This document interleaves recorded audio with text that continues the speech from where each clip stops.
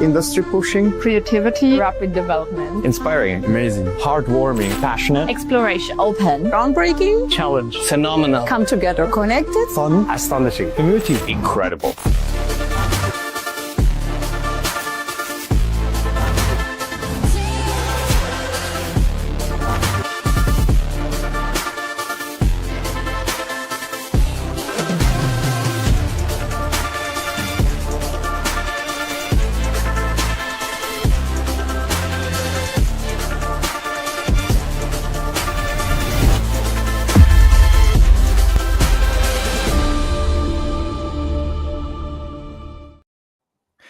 Welcome to a new episode of XR AI Spotlight, the show that gives the stage to the founders and makers pushing the boundaries of XR and AI. My name is Gabriele Romagnoli, I'm your host, and today we are doing something different with Dinesh Punni. Hi, Dinesh. Hello. Great to be here.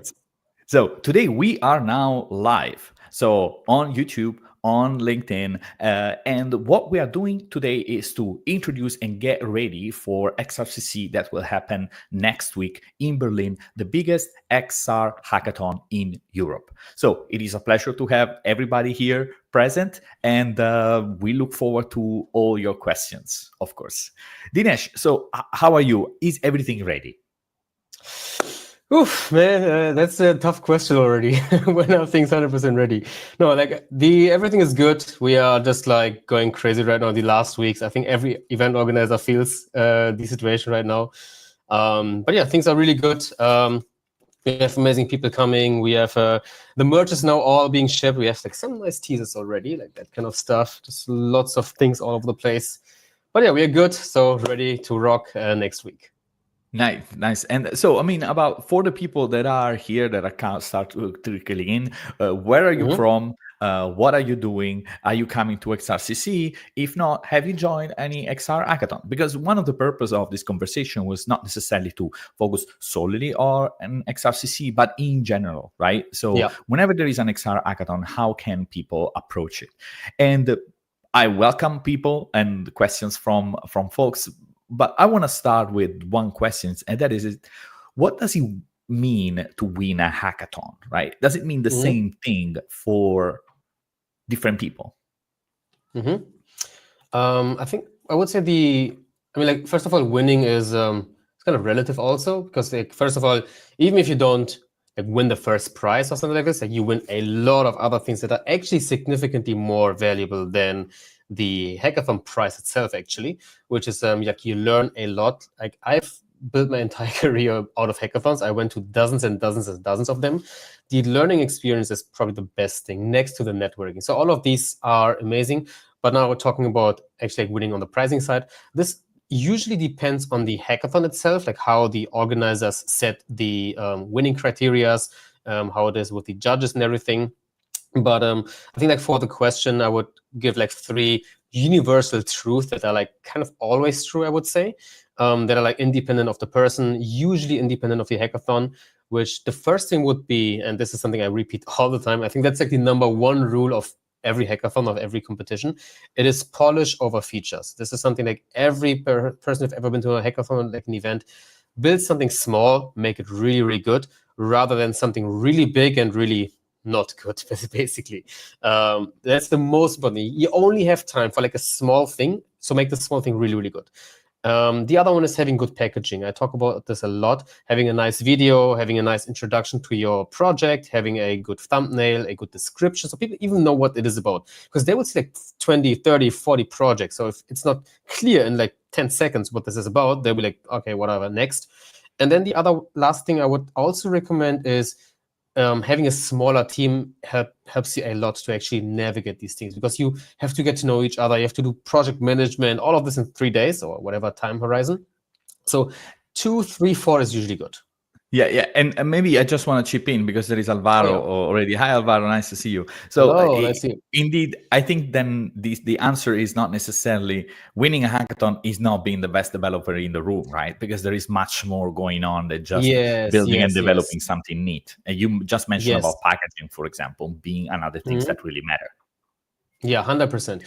The interesting part is the best developers often does not necessarily win because they have the curse of the knowledge actually also. Like they just go crazy with like very technical, very hardcore things that nobody understands, which is something I've seen a lot actually. So I think it's really a mix of many skills. Development is one out of those, but otherwise it's a nice bonus, but it's definitely not what makes you winning this thing. Yeah. And maybe, so the other thing that I'm curious about is being, let's say, XRCC around the corner. What is that that makes it unique, that you think it makes it different from other hackathons? And is it going to be better than the first edition? Because I was there, right? So you set the bar pretty high, and the whole Immersive Insider teams set the bar pretty high. So what can people expect?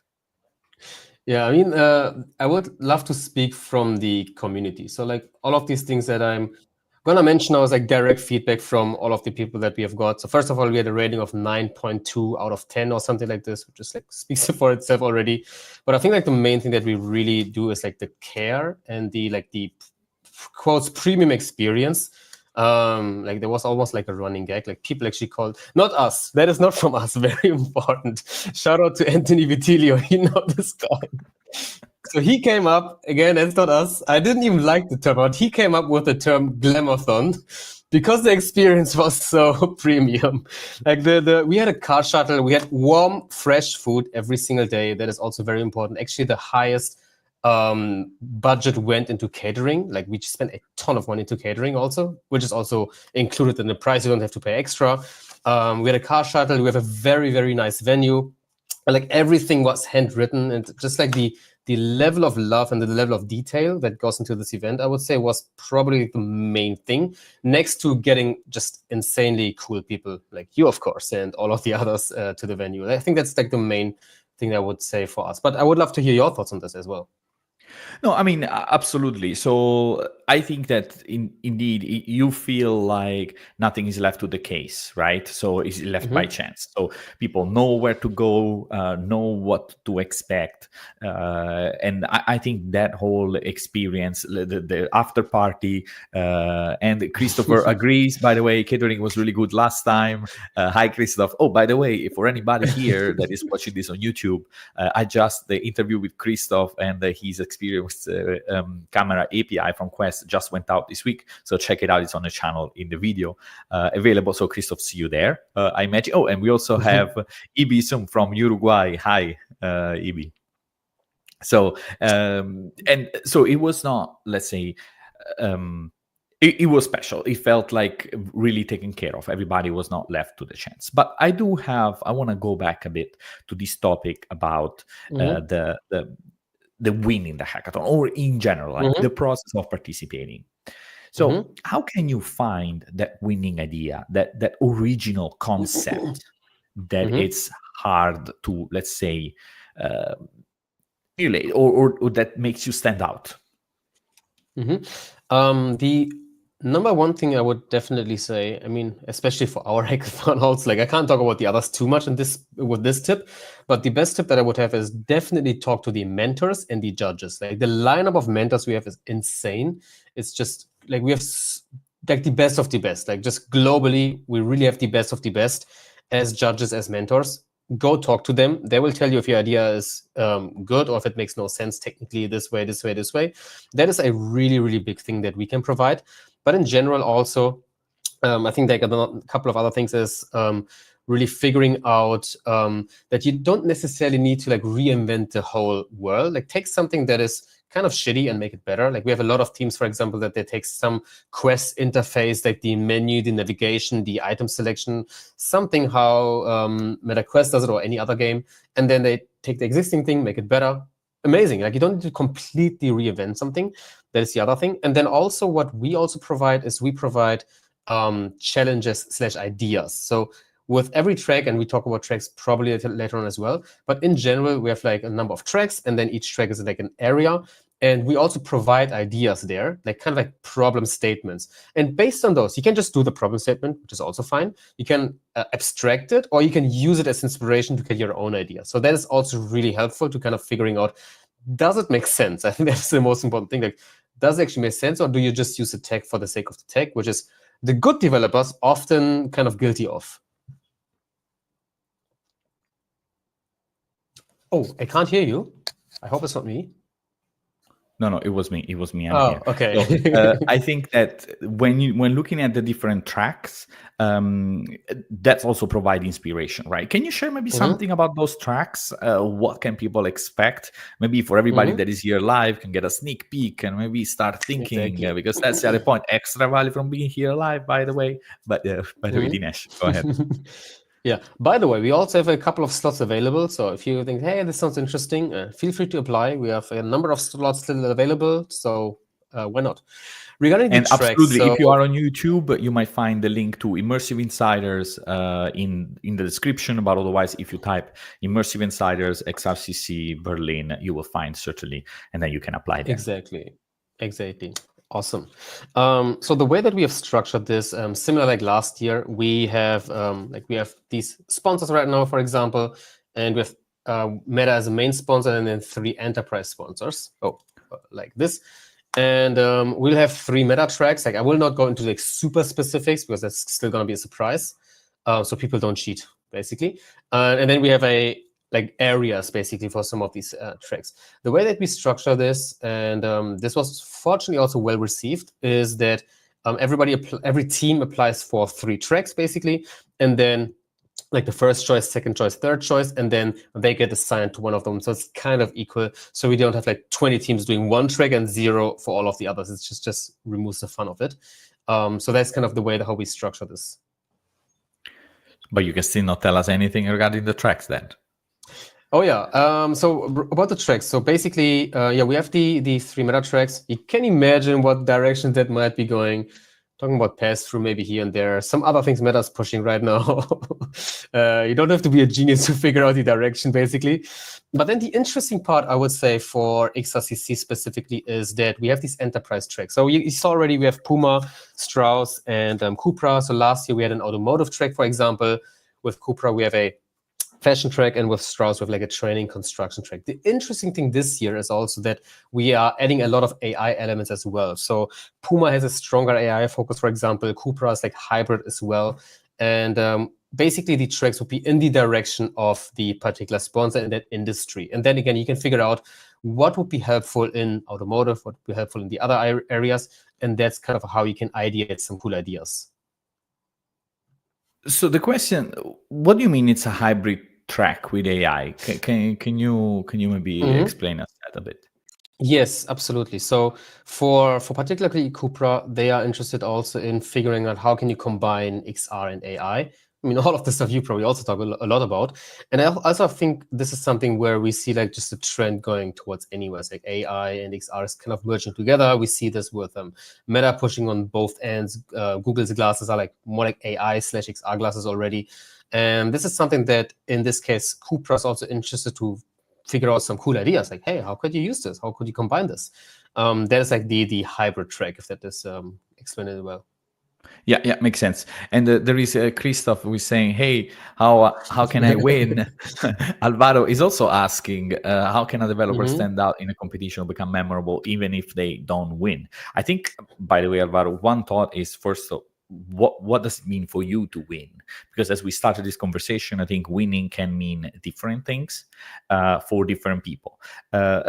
So maybe he's making the right connection, right, for you. So then you probably need to be maybe more active and showcasing some of your work, and not just necessarily sit behind your desk and code, but also network and connect with others.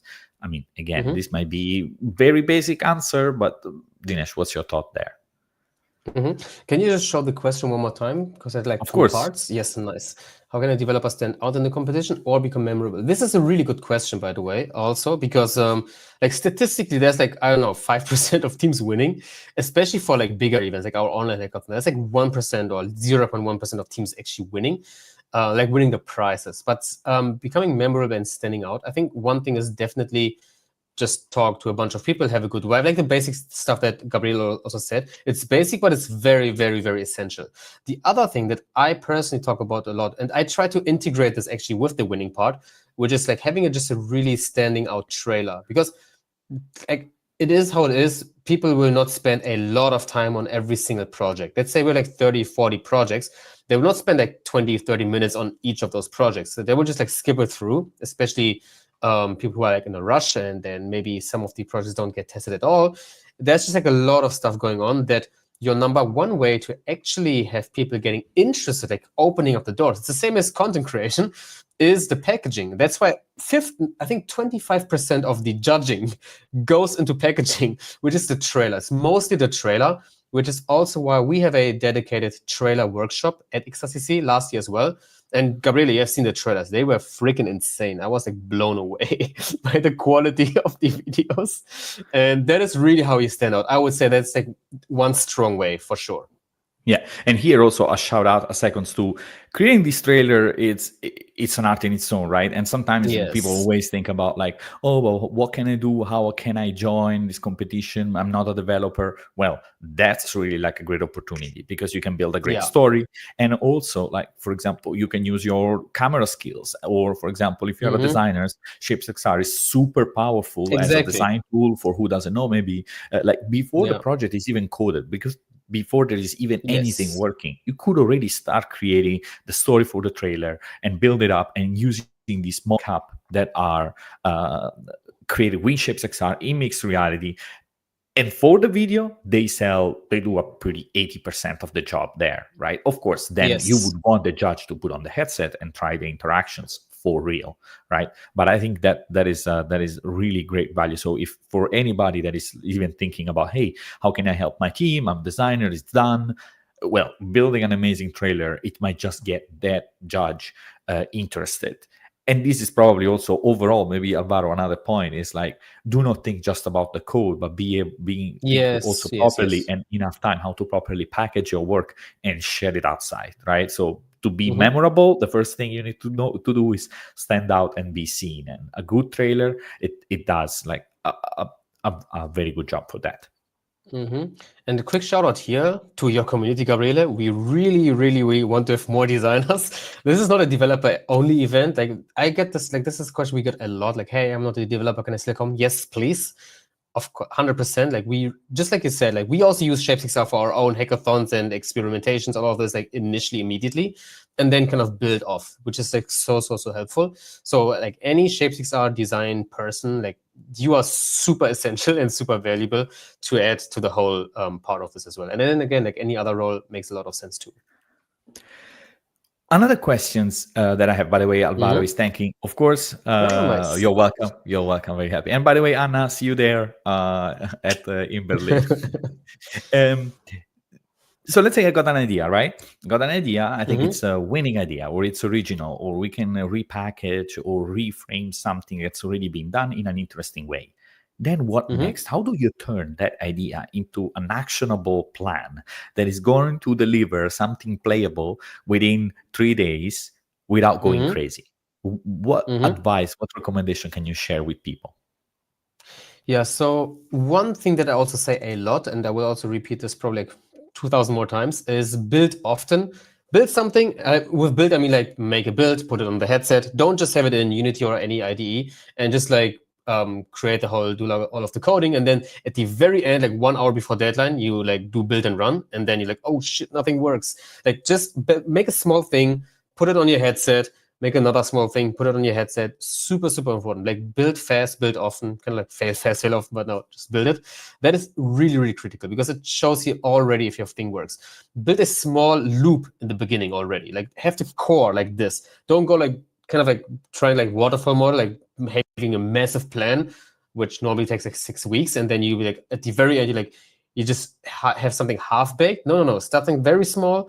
Just like, I don't know, if you have a punching game, just have a punch, and then build the punch, test it, and then make it like this, grow it like this. That is super helpful. The other thing is also I would say, I think you also highly agree, is the onboarding and the first impression. This is similar like the trailer, because like people may only test it for like 2 minutes. And if the first 1 minute is really good, it gets longer. If the first 20, 30 seconds, 1 minute is kind of ugly and annoying, that will just be like, already. And that is really important. The proper onboarding, proper first impressions, and proper FPS. Like don't have it lagging. Whatever you do, don't have it lagging. Like have it like at least like 60, 70, 80 FPS. like the fundamental basics, I would say, are And to super, chip super in on critical. this, because I think indeed this is another important role for designers, right? When you're thinking about onboarding, because it's not necessarily about the final gameplay, but how do you teach those first 2 or 3 interactions that are important to Exactly. to proceed, right? And from a designer perspective, those first seconds that the app can in Yes. touch with user, I think it's something that they must own. They must own, I would argue. Even. Yeah, 100%. Like really own the first 20 seconds. Maybe that's your entire role. Own the first 20, 30 seconds and then you're good to go. Another thing, I don't know, I think it's like super underrated. Nobody talks about it. I've never heard it, but I 100% feel this. Get a proper headset strap. Honestly, this will make, and clean your headset. Like clean the lenses, basic stuff. Like maybe have some, we all have wipes at XRCC anyways, but clean the lenses and don't have this like this base strap, because it just makes the whole thing just wobbly. Have the proper one, and maybe Gabriele can show this thing, something like this. If anybody in your team has a headset like this, use it. It makes the whole experience 10 times better. It has nothing to do with your app, but still it makes a actual significant difference. I already got like, oh, they have this thing, it's already gonna be like wobbly and everything, and then again the lenses are dirty. It's like whatever. So small details again. It's a good point. So you're talking about this specifically for when you show it to the judges, to anybody, right? Okay. Yeah, especially the judges, exactly. Still, right? People indeed love the bobble head strap. Yes, very much agree. That's a good example for it. But still, right? You got this idea. Then you says, okay, build often. Very good advice. 2, make sure that you have a good initial onboarding, the super very basic, but think about it. Don't just teach them things that they should discover instead in the app on their own, right? So that is another important advice. What are some other things that could help people to focus and being able to deliver this project, this prototype within those 3 days? Yeah, I think another important thing is also clear communication with your team. Like again, these are like maybe like broad things, but they are the most critical ones, because I have been to so many hackathons. We actually even had like occurrences where me and somebody else was building the exactly same thing, and then we just had to cut out one of those. For example, like miscommunication happens a lot in chaos. You're sleep deprived, you're like very excited, there's a lot of stuff going on. Miscommunication happens a lot actually, and I would agree that this is like one of the most crucial things. So like all of this in combination, like have a proper plan. You can already sketch it out in Shape6R. Like while you're discussing the idea, one designer can just be in the headset, listen to everything, be like, oh yeah, I'm gonna sketch it real quick. You can make it in freaking 10 minutes or 20 minutes. I don't know. You can get like the whole, and then you kind of see through this, and then it already helps you to kind of like have everybody on the same term without spending too much time on this one. Oh, 1 second. You can still hear me, right? Okay, there was some random music playing on my headphones. This is crazy. But now I'm back. So I think that is really helpful. Communicate clearly. I think in combination with Shape6R, for example, can be really good, because then you're in the same virtual space already, and that's really, really fast also. That is another tip I would have. Like, what do you say, Gabriele? You also have been to many hackathons.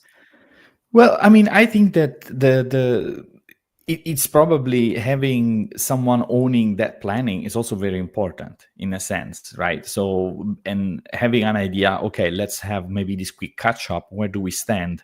And being able also to assess often, can we deliver on that promise? Are we still on track? Do we need to adjust the scope of this project, right? So I think those are all things that go along the way of do a proper planning, right? And chances are 90% you need to adjust the scope and make it smaller for almost every team, also the experienced or non-experienced one. You have the idea, you will have to adjust the scope anyways, most likely. And I think that's also part of the, so if you let's say accept it at the beginning, you says, guys, we need to do this. After 1 day, we need to really make sure, can we deliver on this or not? I think those are very valuable, let's say, checkpoint to have. Yes, have these checkpoints, milestones. I do have one more question regarding, because of course you mentioned it, AI, right? So on this channel here, you see me covering a lot of AI and at the intersection with XR. By the way, I've actually, when we are gonna be finished, I also vibe coded my first AR app with Mattercraft, actually, and Also a I've sponsor, by the way, and they have a exactly. track.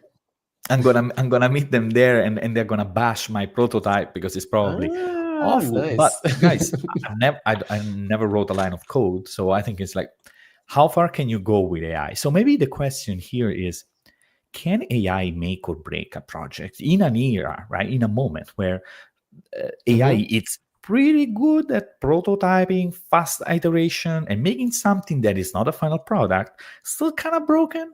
But can it pass for a hackathon? I mean, what's your take on the role of AI when we are looking at this fast iteration, especially during an hackathon? Man, I wish I would be a participant at XRCC so I can try this myself and figure this out. I think this has actually a lot of potential.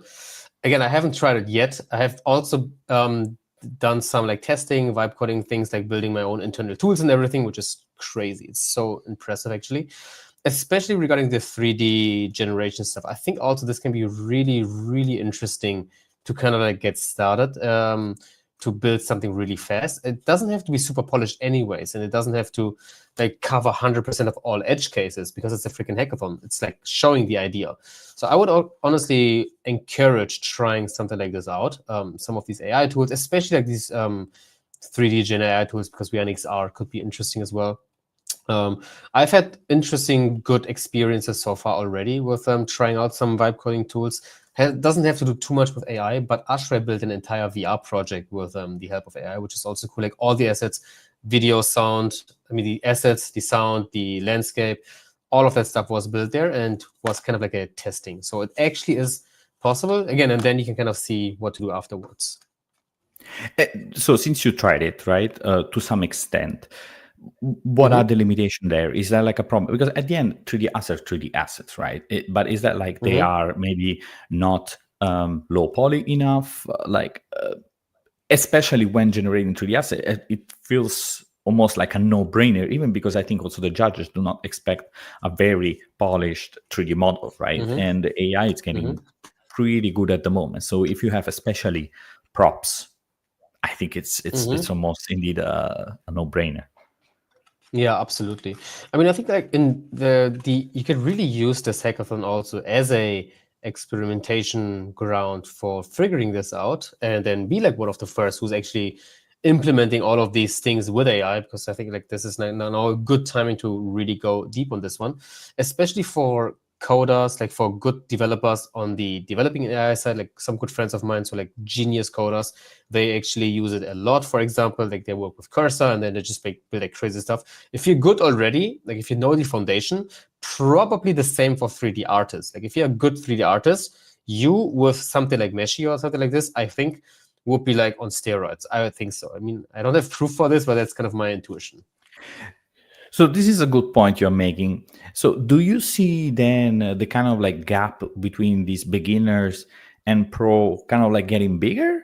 Because what you're saying is that if you are a good coder, right, a good developer, then with AI you can become extremely much better. Like right? Right, yeah. Exactly. Does that mean that the people that are starting up are somehow at a disadvantage, even though they are more powerful, because the people that are more skilled get more out of the tool? Yeah, this is a really, really good question. And I don't have a definitive answer on this. I have a couple of gut feelings, to be honest. I have a couple of stronger opinions also, where I'm quite confident on how I think about this. So yeah, first of all, like the thing that I said, experienced developers, like senior level developers using AI, they kind of become from, like there's this term 10x developers. That's like one of the very, very few areas where one person can be as good as 10 people. Like one person, one very competent developer can be as good as an entire team. I think like this one person now with AI is like 100x developer. Like not to over exaggerate, but maybe 20x, I don't know. The thing is, I would say on the beginner side, the one thing that will help you to really kind of not be left out is, I believe, is really understanding the foundation of whatever craft you do. If you're a developer, still, I would say, like, be able to write your own code, be able to know the foundations. Maybe that's an old school advice, I don't know. But in general, like anything I learn, like whether it's chess or video games or video editing or content or business, finance, I always go to the very foundational things. What is kind of like universally true. In coding, is like bits and bytes and all of this stuff, structures, interfaces, blah, blah, blah, how you write code. Understanding this foundation, if you're a beginner, most beginners will go the fast route. Like, okay, I will just go something in Replit, bam, done, or Lovell, or whatever kind of tool. And they kind of skip learning the essentials. These guys will have a problem. I would strongly say so. But the ones who are now getting started, using AI to learn the foundations, I think that is crazy. Like, I'm trying this myself right now. I'm learning like text. I'm learning everything as a business owner I need to learn. Like, I know a good amount of German text bureaucracy right now on any single skill, because I kind of like use them as a tutor to learn the foundations. And then I use this foundation knowledge to make myself 10x, if that makes sense. That's kind of the way how I see it. And this applies to every single skill, whether it's video editing, whether it's 3D modeling, coding, whatever it is. I want to also give space to some questions. There was Julia that not so long ago, ci sono challenge XR in Italia? It means, are there XR challenges in Italy? It's a good point, Julia. I am not sure, at least not that I know about. But maybe if you follow me on LinkedIn and you send me a message there, we should make something. We can maybe do some, or in general, I can maybe ask some people that I know, and then I can get back to you on that. There is another question again from Alvaro. He's asking, what advice do you give to someone who loses their team midway through a hackathon for whatever reason? Is there a point where it's too late to jump onto a different team? What's your experience? Yeah, that is a good question. Fortunately, this never happened to me, but I've seen this a few times happening. Last year at XRCC, there was one person where this happened, which is a good ratio, I think. Like, this can happen 100%, especially in online hackathons. This can happen even more, but in person, it's rare. If it happens, honestly, I would be very open to just join a team. Most teams are cool with that, to be honest. I would say so. Like, that's why I would always recommend, hey, be cool with everybody, be friendly, be nice, talk to people. And the likelihood of you joining a team, even though if it's like at the end mile, is definitely possible. I think that's the only thing I can say about this, to be honest. Like, otherwise, yeah, try not to break up with your team, but sometimes it happens. It's very rare. I have not seen it too often in person once, but if it happens, 80% that you can just join any of the other teams because they understand, they are not hardcore like this, and I think this should be possible. Makes sense. And by the way, on the topic of 3D Gen AI, I think Bird or Die is having a good point in the sense that having a consistent visual field is more important than how perfect the model or textures are. So keeping the vibe, I mean, not even the vibe, the theme, the brand of the experience, I think it's a very good point. But that's how I think also image helps quite a lot. And it's an image to 3D. In the sense I'm talking about. Yeah, very, very good point, 100%. And also shout out, like, long time subscriber. I've seen your comments through 7 years now, man. Super, super good job. Thanks for being here with us as well. Exactly. So, Dinesh, for the rest, what else can you say? There is another point that I wanted to quickly discuss. Maybe it's late given where we stand in the conversation, but there are two more. One first is, if you don't have your own team, because there are people that come and they have their own team, right? There may be 3, 4, whatever that might be, they are like ready. But for people that do not have their own, what advice would you give to find teammates and participate and join the hackathon? Yeah, very good question. First of all, I would say, I think in the hackathons that we have organized and the hackathons that I've been participating, 80% of people don't have a team yet. I think most of them actually kind of like find each other at the hackathon, which is pretty awesome. And usually a much smaller percentage comes as a team already. Still, in any of those cases, I think the number one thing is just like the same. Hey, talk to everybody. we, depending on how good the hackathon is organized, and of course we take care of this, we have a lot of kind of like facilitation for team finding. For example, we have like stickers on what kind of profile you are. Are you a developer? Are you this? Are you this? Are you this?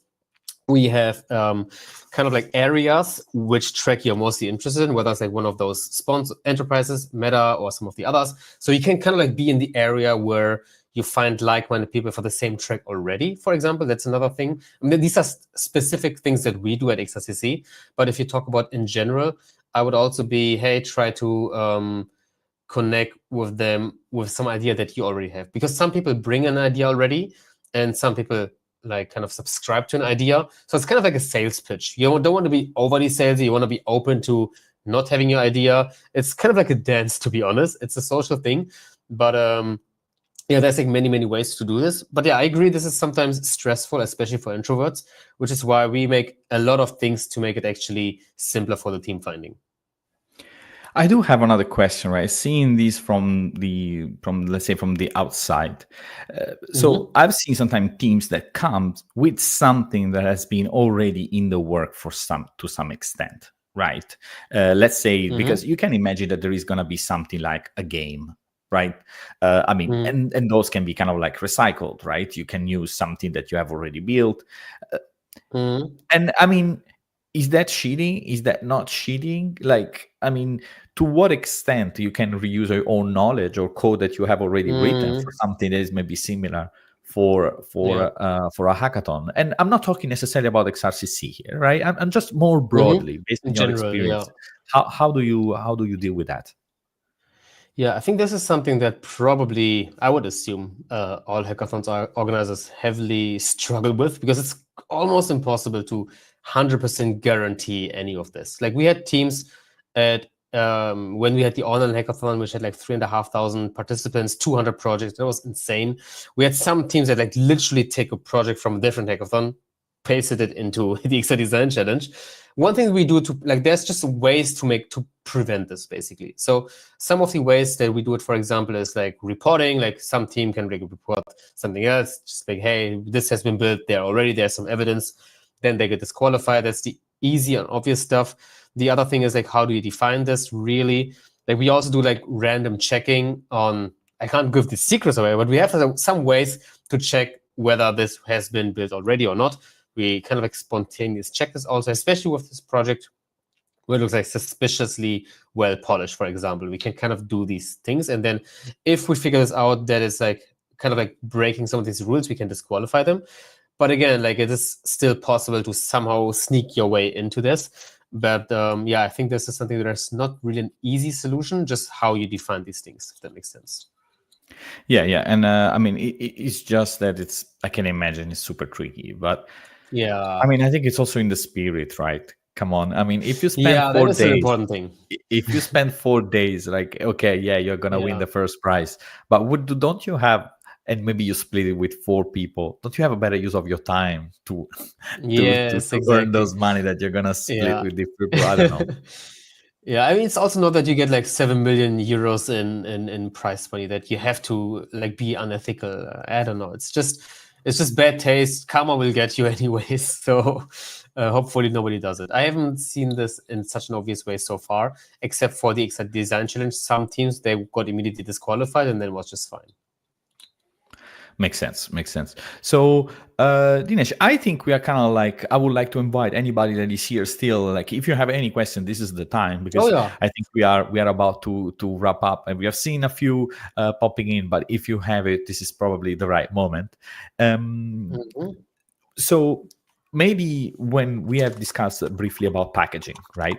So when you think about packaging the project, meaning the thumbnail, the video, what do you think is important, or does the judge look at? What is that attracts it and makes it, okay, yes, this is like something that I should check out? You mean like how you would determine the quality of the packaging as a judge? Yeah, that's a good way of saying it. Absolutely.